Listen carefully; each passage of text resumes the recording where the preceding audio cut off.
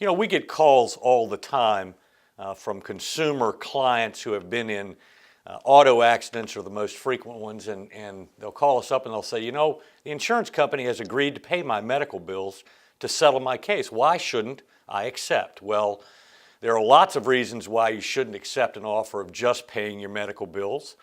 First, in Virginia, you're entitled to a number of different elements of damage over and above your medical bills that we call pain and suffering.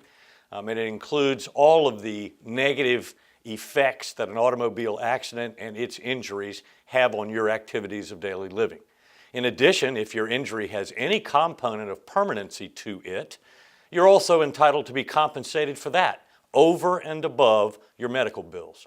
So to accept an offer from an insurance company who is just trying to get away with paying your medical bills alone is a bad idea. If you or someone you know has suffered a serious personal injury, please feel free to contact us by going to our website or calling our 1-800 number.